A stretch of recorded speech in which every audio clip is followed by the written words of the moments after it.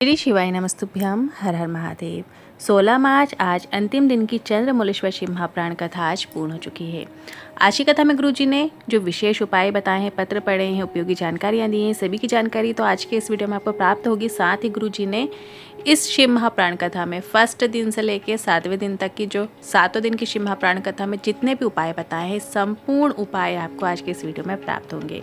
और कल है 17 मार्च, चैत्र मासिक शिवरात्रि है और आज की ही कथा में गुरुजी ने शिवरात्रि में किया जाने वाला एक विशेष उपाय की जानकारी दी है। सभी की जानकारी आपको इसी वीडियो के माध्यम से प्राप्त होगी। 5 शिवरात्रि में कौन सा उपाय करें, मतलब कम से कम 5 शिवरात्रि, जब प्रत्येक महीने मासिक शिवरात्रि आती है, 5 शिवरात्रि में किए जाने वाले आज की कथा में गुरुजी ने एक नए उपाय की जानकारी दी है, जो कि आपको घर से ही करना है। साथ ही सफ़ेद दूर्वा और चावल का जो गुरुजी ने उपाय बताया है, इसकी भी जानकारी प्राप्त होने वाली है। गांठ होने पर सोमवार के दिन कौन सा उपाय करें, ये भी आज के इस वीडियो में प्राप्त होगा। कनेर पुष्प, चावल के दाने और बेलपत्र वाला शीघ्र विवाह के लिए किया जाने वाले उपाय की जानकारी प्राप्त होगी। किसी कारणवश यदि आपने आज की कथा नहीं सुन पाए हैं तो पूरी कथा का रास्ता तो आपको इस छोटे से वीडियो से प्राप्त होगा। तो बढ़ते हैं आज की कथा की पहली जानकारी की ओर। शिव महाप्राण में वर्णन देखने को मिलता है। चंचुला जी तुम्रिका जी से प्रश्न करती हैं कि उनके पति प्रेत योनि में फंसे हुए हैं, उन्हें कैसे मुक्ति मिलेगी। तब तुम्रिका जी ने चंचुला जी से कहा कि मुक्ति का एक ही साधन है। विद्येश्वर संहिता में लिखा है, शिवलिंग पर चढ़े जल का आचमन करने से 3 प्रकार के ताप समाप्त हो जाते हैं, कायिक, वाचिक और मानसिक। जो अपनी काया के द्वारा किया हुआ पाप होता है, वाचिक जो आप बोल कर करते हो, और मानसिक जो आपके मन से पाप हो जाता है। इस प्रकार के 3 तापों को शिवलिंग का यदि हम जल का चढ़े हुए जल का आचमन कर लेते हैं तो उससे हमारे कायिक, वाचिक, मानसिक 3 प्रकार के पापों से हमें मुक्ति मिलती है। चंचुला जी कहती हैं, एक नारी का जीवन बहुत संघर्ष का जीवन होता है। बचपन माता पिता के अधीन होती हैं, जवानी युवान से पति के और ससुराल के अधीन होती हैं, बुढ़ापे में बच्चों के अधीन हो जाती हैं। पूरा जीवन संघर्ष में बीतता है। बढ़ते हैं आज की कथा की दूसरी जानकारी की ओर। घर का कोई जेंट्स पुरुष पशुपतिनाथ व्रत यदि करते हैं तो मना नहीं है, उसका फल उन्हें मिलेगा। पर घर की कोई स्त्री पशुपतिनाथ व्रत करेगी तो उसका जो फल है उसके मायके और ससुराल दोनों पक्षों को प्राप्त होता है। बढ़ते हैं आज की कथा की तीसरी जानकारी की ओर। दुनिया संपदा का आदर करती है, दुनिया वैभव का आदर करती है, और अगर आपका व्यवहार अच्छा है तो कुर्सी, संपदा, वैभव ना होने पर भी लोग आपका सम्मान करेंगे, ये निश्चित है। बढ़ते हैं अगली चौथी जानकारी की ओर। 3 तरह से मरे व्यक्ति को मोक्ष की प्राप्ति नहीं होती है। एक, जो व्यक्ति पानी में डूबकर मर जाता है उसे मोक्ष की प्राप्ति नहीं होती। सर्प से डसे हुए व्यक्ति को भी मोक्ष की प्राप्ति नहीं होती। यदि सर्प ने डस दिया है और व्यक्ति की मृत्यु हो जाती है तो ऐसे में भी व्यक्ति को मोक्ष की प्राप्ति नहीं होती है। साथ ही स्त्री के हाथ से जो मरा हुआ व्यक्ति होता है उसको भी मोक्ष की प्राप्ति नहीं होती। बढ़ते हैं अगली 5वीं जानकारी की ओर। जीवन में कभी भी क्रोध आए तो 2 जगह जाकर बैठ जाओ, एक शंकर जी के मंदिर में, दूसरा किसी भी वृक्ष के नीचे। और मंदिर गए हो तो शिव जी को देखना, वृक्ष के नीचे गए हो तो वृक्ष को देखना, क्रोध तुरंत शांत हो जाएगा। आज के समय में तलाक के मामले आधे हो सकते हैं। बस पति और पत्नी को एक कमरे में बात करने के लिए बैठा दो, पर ऐसा होता ही नहीं है। लड़का अपने भाई, दोस्त और परिवार के लोगों के साथ आएगा, लड़की अपने भाई, पिता के साथ आएगी। ऐसे में उनके स्वयं के विचार नहीं होते, जो साथ में आता है उसके विचार कार्य करने लगते हैं। बढ़ते हैं अगली 6वीं जानकारी की ओर। जिस घर में बहुत क्लेश होता है, यदि थोड़ी सी भस्म किन्हीं भी 5 शिवरात्रि में शिव जी को अर्पित करके प्राप्त कर लो और उसे डिब्बी में रख लो। ये उपाय आपको अलोनी गोबरी के कंडे से तैयार करना है। अलोनी गोबरी क्या होती है? जैसे गाय जब गोबर करती है और जो गाय का गोबर जहाँ जिस जगह पे वो करती है वहीं के वहीं पड़ा हुआ वो जब सूख जाता है, वैसे का वैसा ही, उसे हाथ से थापा नहीं जाता है, वो वहीं के वहीं वैसे का वैसे जब सूख जाता है तो उसी गोबर का आपको अलोनी गोबरी के लिए इस्तेमाल करना है, मतलब वही अलोनी गोबरी कहलाती है। तो जब वो सूखा हुआ गोबर आप उठाकर घर लाएंगे तो फिर उसको आपको जलाकर उसको तैयार कर लेना है, उसकी राख, उसकी भस्म तैयार कर लेना है, उसको छान लेना है। और इसके बाद उसे प्राप्त हुई जो भस्म है उसको आपको शंकर जी को अर्पित करना है, शिवलिंग पे अर्पित करना है, और उसको वहीं से शंकर जी के ऊपर से आपको वापस प्राप्त कर कर अपने घर में लाकर रख लेना है। उस प्राप्त की हुई भस्म को अपने मुख्य द्वार के आसपास उस भस्म का लेपन या बिंदी लगाना शुरू करना है। घर से क्लेश पूर्ण रूप से समाप्त हो जाएगा अगर आप प्रत्येक शिवरात्रि में इस उपाय को करेंगे। मतलब हर महीने मासिक शिवरात्रि आती है, कम से कम 5 मासिक शिवरात्रि में आप इस उपाय को करना है। और ये उपाय भी आपको मासिक शिवरात्रि से शुरू करना है। लोनी गोबरी वाला जो आप भस्म अर्पित करेंगे वो भी आपको शिवरात्रि के दिन ही अर्पित करना है, और उसी दिन से अपने द्वार पे आपको थोड़ा सा आपको रख देना है, थोड़ा सा आपको लगा देना है। आप कम से कम 5 शिवरात्रि करेंगे तो घर के क्लेश पूर्ण रूप से समाप्त हो जाएगा, ये निश्चितता है। आज की ही कथा में गुरुजी ने इस उपाय को बताया था। बढ़ते हैं अगली 9वीं जानकारी की ओर। गुरुजी ने कहा 3 स्थान आपकी मनोकामना पूरी करने वाले होते हैं। एक होता है जो नंदी का जो उठा हुआ चरण होता है, वहाँ पर यदि आप बैठकर शिवलिंग को देखते हैं, शिव जी के दर्शन करते हैं, बाबा का दर्शन करते हैं, मनी मन अपने मन की बात यदि आप भोले बाबा से कहते हैं, तो अगर वहाँ पास बैठकर श्री शिवाय नमस्तुभ्यम कहते हुए अपने दिल की बात आप यदि महादेव से कहते हैं तो आपकी मनोकामना पूरी होती है। ये बहुत श्रेष्ठ स्थान होता है, नंदी का जो उठा हुआ चरण होता है वहाँ बैठते हैं जब।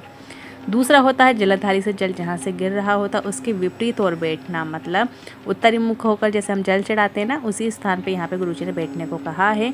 ये स्थान माता लक्ष्मी का स्थान होता है। यहाँ बैठकर यदि आप कोई मंत्र भी नहीं पढ़ोगे, आपकी मनोकामना पूरी हो जाती। जो भी मन से भाव से आप भोले बाबा से कहते हैं तो भोले बाबा से सुनते ज़रूर हैं और आपकी कामना शीघ्र अतिशीघ्र बाबा पूरी करते हैं।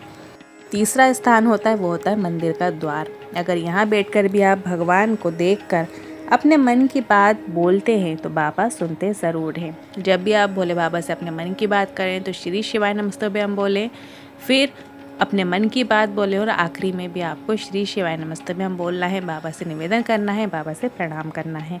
इस तरीके से अपनी कामना करना होती है। बढ़ते हैं अगली 10वीं जानकारी की ओर। पुरुष हो या नारी हो, किसी को भी यदि कहीं गठान हो गई है तो ये जो विशेष तिथियाँ होती हैं, चाहे वो प्रदोष का दिन क्यों ना हो, पूर्णिमा की तिथि क्यों ना हो, सोमवार की अष्टमी क्यों ना हो या सोमवार का दिन क्यों ना, चंद्रमा की रोशनी जब शिखर पे पड़ती है तो जब शिखर की छाया जहाँ भी पड़ रही होती है वहाँ पर बैठकर आपको एक बेलपत्र जो शिव जी पर ही चढ़ी हुई हो, उस बेलपत्र को उठाकर आपको उसी छाँव में बैठकर या खड़े होकर आपको शिखर के दर्शन करते हुए छाँव में खड़े होते हुए उस बेलपत्र का आपको आचमन कर लेना है। 3 या 4 बार करो, गांठ गलना शुरू हो जाएगी, लाभ ज़रूर देखने को मिलेगा। साथ साथ डॉक्टर की दवाई भी करें, डॉक्टर जो ट्रीटमेंट बताते हैं वो भी करें और साथ में आपको ये उपाय भी करना है, आपको जल्द से जल्द लाभ देखने को मिलेगा। बढ़ते हैं अगली 11वीं जानकारी की ओर। गुरुजी ने सफ़ेद दूरबे वाले उपाय की भी जानकारी दी थी। कई बार बच्चे जैसे जन्म लेते हैं, हाथ पाँव से कमज़ोर रहते हैं, चल नहीं पाते हैं, ठीक से बोल नहीं पाते हैं या उनका बुद्धि का उपयोग वो नहीं कर पाते हैं ठीक से, तो आपको एक चावल का दाना लेना है, एक सफ़ेद दूरबा लेना है, शिव जी के मंदिर में प्रदोष के समय पर आपको चढ़ाना है। इसके बाद शिवलिंग पे जो आपने दूरबा और सफ़ेद चावल का दाना अर्पित किया है, दोनों को आपको उठा लेना है, भोले बाबा से प्रार्थना करते हुए, निवेदन करते हुए वापस प्राप्त कर लेना है। और चावल के दाने को क्या करना है, थोड़ा सा गाय का कच्चा दूध लेना है, उसको चावल के दाने को जरा सा बिल्कुल लेना है, 2 बूंद दूध में ही उसको पीस लेना है, महीन कर लेना है, बारीक कर लेना है। और इसके बाद उस बच्चे के हृदय में आपको 3 लाइनें बना देनी है, मतलब त्रिपुंड बना देना है बच्चे के हृदय में। और जो दूरबा आपने सफ़ेद दूरबा उठाकर लेकर आए हो उसको भी आपको थोड़ा सा पीस लेना है और उसको भोजन में मिलाकर दे सकते हैं या उसका थोड़ा सा कुछ बूंद आपको बच्चे के मुख में दे देना है। कुछ प्रदोष करके देखो, डॉक्टर का इलाज के साथ साथ ये उपाय करो, आपको लाभ ज़रूर देखने को मिलेगा। बढ़ते हैं अगली 12वीं जानकारी की ओर। अगर उम्र बढ़ रही है, विवाह नहीं हो रहा है, गुरुजी ने एक बिल्कुल नए उपाय की जानकारी दी थी जो कि इसी चंद्रमौलेश्वर शिव महापुराण कथा में बताए हैं। अभी हाल ही का ये उपाय है।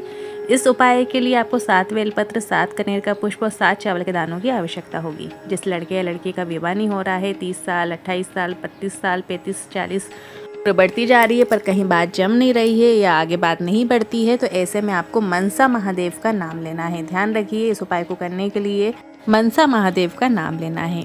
अपने हृदय से आपको मनसा महादेव का नाम लेते हुए सोमवार के दिन शाम के समय, प्रदोष काल के समय, जब सूरज ढल रहा होता है, हल्का उजाला हल्का अंधेरा रहता है, उस बीच में ही आपको शिवलिंग पर 7 बेलपत्र, 7 कनेर के पुष्प और 7 चावल के दाने अर्पित कर देना है। तो उस लड़के या लड़की का विवाह शीघ्र अतिशीघ्र पक्का हो ही जाता है। अब बढ़ते हैं अगली 13वीं जानकारी की ओर। 2 तरह के चंदन गुरुजी ने बताए हैं। 2 प्रकार के चंदन होते हैं। ये उपाय कैसे किया जाता है ये भी जान लीजिए। एक होता है हरी चंदन और एक होता है शिव चंदन। हरी चंदन जो होता है तुलसी के पौधे की जब लकड़ियाँ सूख जाती हैं तो उस लकड़ी को तोड़ लिया जाता है और उसको घिस कर चंदन तैयार किया जाता है। थोड़ा सा जल डालकर चंदन तैयार किया जाता है और इस तरीके से जब आप तुलसी की लकड़ी को घिस कर चंदन तैयार करते हैं तो वो हरी चंदन कहलाता है। और उस चंदन को भगवान हरि को लगाया जाता है या शालिग्राम जी को लगाया जाता है, लेपन किया जाता है। और उसी की कुछ बूंदे या कुछ उसी चंदन को थोड़ा सा शालिग्राम जी के से ले लिया जाता है और जो स्वास्थ्य संबंधित जिनको बीमारी होती है, हाफड़ी भर जाती है, फेफड़े कार्य नहीं करते हैं, तो उनको एक बिंदी उनके वक्षा स्थल पर या हृदय पर लगा दी जाती है। तो उससे भी ऐसी संबंधित जो स्वास्थ्य संबंधित परेशानियां होती हैं उससे मुक्ति मिलती है। इसी तरीके से दूसरा होता है जो शिव चंदन। वो बेलपत्ती का पेड़ जब सूख जाता है तो उसकी लकड़ी से चंदन तैयार किया जाता है, वो शिव चंदन कहलाता है। ये भी बहुत विशेष होता है। जब शिव चंदन आपको तैयार कर लेना होता है, मतलब जो बेलपत्री की जो डंडियाँ होती हैं उसको घिसकर चंदन तैयार किया जाता है, फिर उसे शंकर भगवान की शिवलिंग पर त्रिपुंड रूप में लगाया जाता है।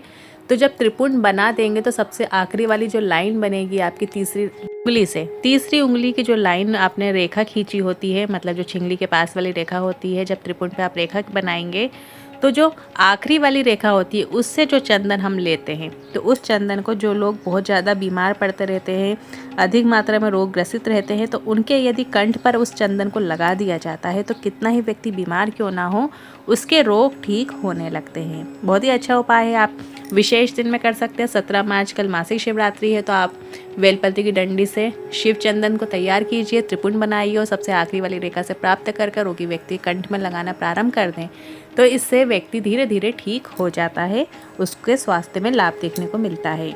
अब बढ़ते हैं अगली 14वीं जानकारी की ओर। कोई बच्चा हाथ पांव से यदि विकलांग या शरीर में कहीं परेशानी है, ठीक से काम नहीं कर रहा है, तो एक दूर्वा, एक धतूरा और एक कनेर पुष्प से किया जाने वाला ये विशेष उपाय है।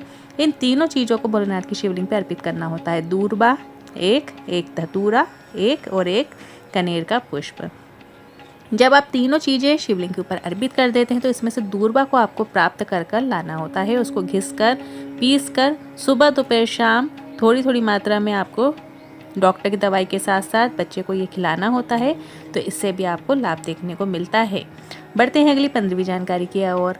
भोलेनाथ को प्रसन्न करने वाला एक बिल्कुल नया उपाय है जो कि मनोकामना पूर्ति के लिए किया जाता है। एक धतूरा और एक चावल के दाने वाला ये उपाय है। एक धतूरा आपको शिवलिंग पर चढ़ाना है, दूसरी जो आपने एक चावल का दाना लेकर गए हो माता अशोक सुंदरी के स्थान पर अर्पित करना है। अपने हाथ को चावल के दाने पर मतलब अशोक सुंदरी के स्थान पर आपको रखना है और महादेव से चंद्रमौलेश्वर महादेव का नाम लेते हुए, चंद्रशेखर महादेव का नाम लेते हुए अपने मन की कामना आपको करना है।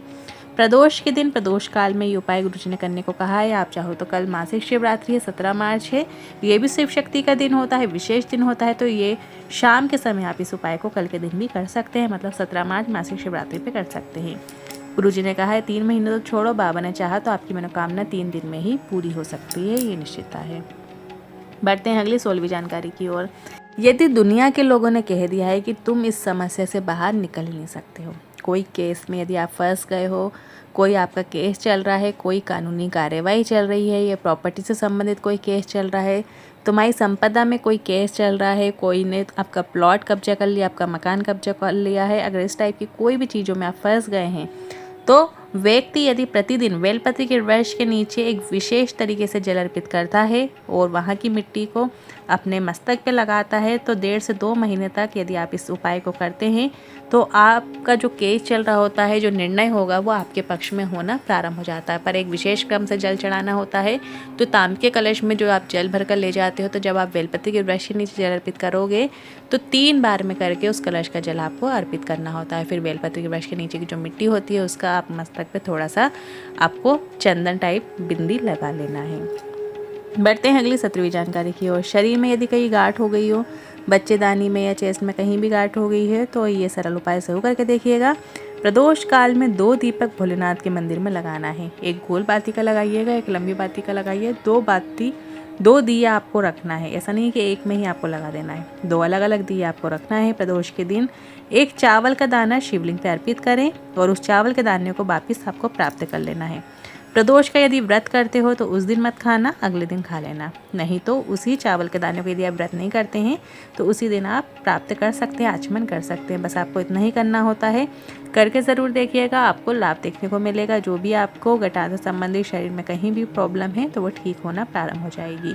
पढ़ते हैं गुरु जी की आगामी कथाओं की ओर। 20 मार्च से 26 मार्च जयपुर राजस्थान में गुरु जी की शिव महाप्राण कथा होने वाली है। अब जो अगली कथा होने वाली है, मतलब आज तो 16 मार्च है, अब जो गुरु जी की जो कथा आएगी वो आप 20 मार्च से आस्था चैनल यूट्यूब के माध्यम से आप देख सकते हैं। जयपुर राजस्थान में ये कथा होगी। और इसके बाद जो है 30 मार्च से 5 अप्रैल तक आर्नी यवतमाल महाराष्ट्र में होगी। फिर 8 अप्रैल से 14 अप्रैल भीलवाड़ा राजस्थान में होगी। फिर 17 अप्रैल से 23 अप्रैल दिल्ली में कथा होने जा रही है। आज के उपाय से संबंधित मन में कोई सवाल या क्वेश्चन है तो कमेंट के जरिए पूछ सकते हैं। वीडियो थोड़ा भी उपयोगी लगा हो तो वीडियो को लाइक करके कमेंट बॉक्स में हर हर महादेव जरूर टाइप कीजिएगा।